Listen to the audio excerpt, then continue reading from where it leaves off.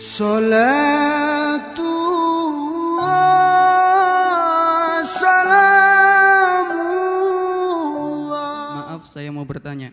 Apa benar zina bisa menghapus amal selama 70 tahun? Saya mendengarkan ceramah tersebut di YouTube ya. Zina adalah kehinaan. Hukumannya di dunia adalah bagi yang belum pernah menikah, menemukan, maka dicambuk 100 kali. Yang sudah menikah adalah dirajam. Itu hukumannya kalau sudah diangkat ke mahkamah. Akan tapi biarpun itu dosa gede, Allah Maha Pengampun. Maka jangan putus asa. Adapun riwayat tersebut kami tidak pernah menemukan riwayat itu. Jangan sampai orang-orang yang merasa bersalah menjadi putus asa karena riwayat-riwayat yang belum jelas. Wallah alam, kami tidak pernah mendengar. Sebagai riwayat yang sahih, adalah riwayat-riwayat yang tidak jelas, sering kita mendengarnya. Jangan sampai orang merasa putus asa, oh 70 amalku sudah dihapus. Ingin menghentikan orang berzina, tapi menjadikan putus asa, ingin menghalau orang agar tidak berzina, tapi menjadikan putus asa orang berzina juga nggak boleh. Yang tidak berzina kita doakan dan kita wanti-wanti. Hukumannya besar di hadapan Allah. Bagi yang sudah berzina diberi himbauan agar kembali kepada Allah. Allah Maha Pengampun, at-taibu minadz dzambi kaman la dzambalah. Yang jelas dosanya besar, kehinaan di dunia dan di akhirat kalau tidak tobat. Tapi kalau sudah tobat, Allah ampuni. Dan khusus zina, tobatnya adalah pandai-pandai dia menyembunyikan aib tersebut. Kalau sudah diangkat di mahkamah, kemudian dicambuk 100 kali, maka ketahuilah.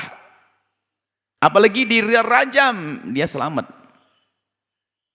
Tidak dosa lagi, tidak ada hukum, surga dia. Jadi jangan remehkan orang yang sudah dihukum. Karena dihukum menghapus dosa. Allah pantang menghukum hambanya 2 kali, yang sudah dihukum di dunia tidak akan dihukum di akhirat. Ada seorang wanita yang dirajam, meninggal karena rajam. Kemudian ada sahabat Nabi memandang pici, mati dalam keadaan dirajam karena zina. Nabi marah. Kalau seandainya ditimbang tobatnya wanita ini dengan amal kalian, niscaya tobatnya ini lebih kuat, lebih berat daripada amalmu. Yang sudah kepleset dalam zina, segera kembali kepada Allah. Jangan lanjutkan kehinaan itu. Hina di diri, hina di keluarga, hina di keturunan. Lihat, kalau ada orang punya orang tua kafir, kemudian mu'alaf, masih bangga dengan kemu'alafannya.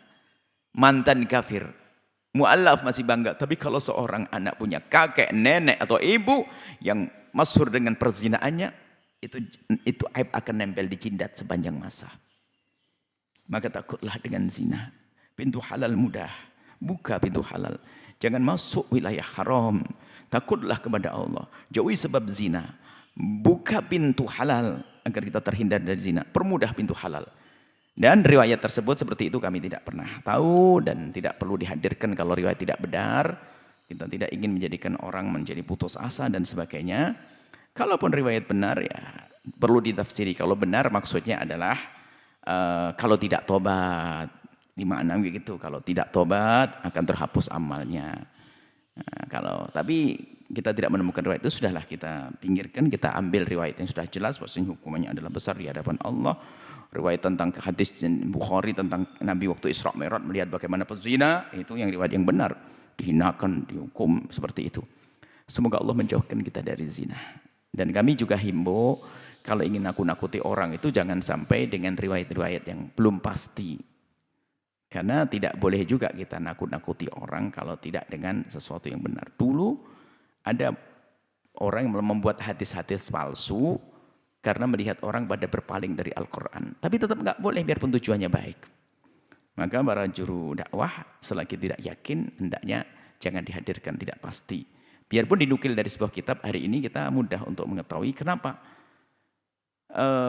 Selagi sesuatu itu tidak jelas-jelas benar misalnya, maka khawatir keyakinan dibangun atas sesuatu yang tidak benar, maka menjadi masalah nanti ke depan harinya.